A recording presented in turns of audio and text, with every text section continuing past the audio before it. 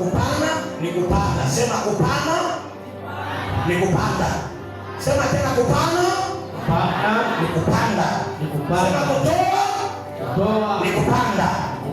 Sasa kupanda, utapanda mahali gani? Yesu mwenyewe akaanza mfano wa upandaji mbegu, si ni kweli? Akatia mfano wa mpandaji mbegu, anabeba mbegu yake akaanza kupanda. Akasema alipanda mbegu yake akamwaga, ingine kaangukia pamiba, ingine kaangukia pembeni ya njia, ingine pachiwe. Akaanza tafsiri na ya mwisho kaangukia kwa udongo mzuri. Akasema ilianguka pembeni ya pamiba ni ule Mkristo anayezingatia neno ya Mungu, baadaye akasongwa na maisha na maneno ya kuhangaikia maisha yake, akashinda kuota na kukomaa. Akasema ilianguka pachiwe, kwa kusema yote kakubali. Ni Mkristo ule mwenyewe kama anapokea neno, ile neno haina nafasi ya kukaa pepo jiwe. Mgumu, mioyo migumu. Mtu anapokea neno Mungu lakini roho kushinda ibilisi. Anasema hatazaa katika kanisa, hatazaa maneno ya Mungu. Haleluya. Amen. Anasema ilianguka pembeni ya njia. Ni Wakristo wale wenyewe wanafuata wakati uko na ulinzi kitu mpaka yeye. Sema yote baba. Maliza yote. Akishatoka hana kitu hata kimoja. Yeye kutoka pale shetani anakuja anabeba ile neno anapanguza. Na ndoto akileta ndoto ya kusema itamuongoza, anapanguza matumia. Akafika kwa huko ile mbegu ya mdomo mzuri. Ndio maana tunasema kupana ni kupanda, kutoa ni kupanda. Kupanda wapi? Nataka kuangalia sehemu utaweza kupanda na utavuna. Ndio maana Wakristo tuna mahali pamoja penyewe hapatafutikane kiakili, tunapandaka kwa madhabahu, tunapandaka kwa Mungu, tunapanda kwa kanisa, tunajua kula kuna kurate. Haleluya. Amen. Katikati ya viumbe duniani, wakati unataka kupanda, angalia ni kiumbe nani? Ana Mungu ndani au ana mashetani? Huko watu wako wanateseka mpaka leo. Alisaidiaka dada moja hivi. Basi na transport hapa mimi sina leo. Yana cha mtu. Mamwema.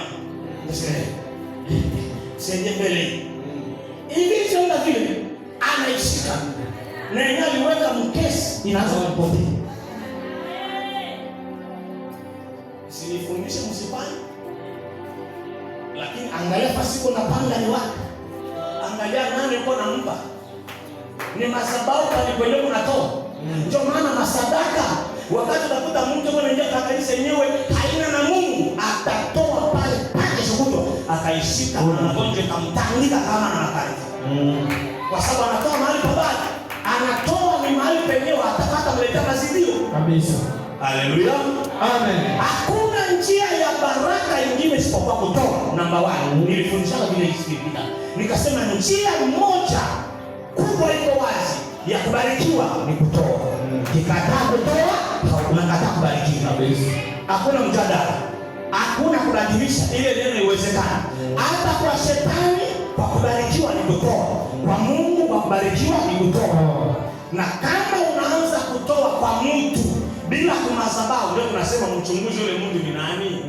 Abrahamu alikuwa anatoa, akitoa anajua Mungu anatolea ni fulani. Ndani yake mna chembe ya Mungu, ndani yake mna sehemu ya maneno ya Mungu, ndani yake mna chanzo cha baraka. Nikimpa hii baraka yake itaanguka kwao. Anajua hiki atalibeba yeye, nikitoa kwake hiki alibeba kitanibariki. Kuangalia alibeba wengine ni misimu tu ya kwao kabisa. Maisha mwanadamu yanabeba na misimu kwa kichwa chake. Lakini kuna watu wengi walibeba Yesu kwa vichwa vyao kabisa.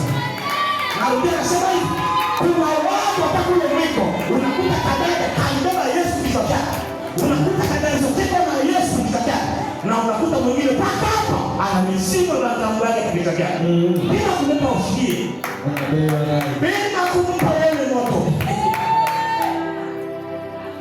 Haleluya. Amen.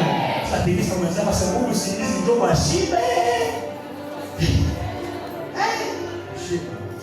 Na ule atanielewa, niko nasema atanielewa mhubiri mpaka mwenyewe alifunga.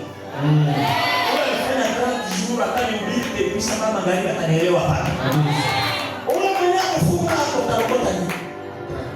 Pigani makofi.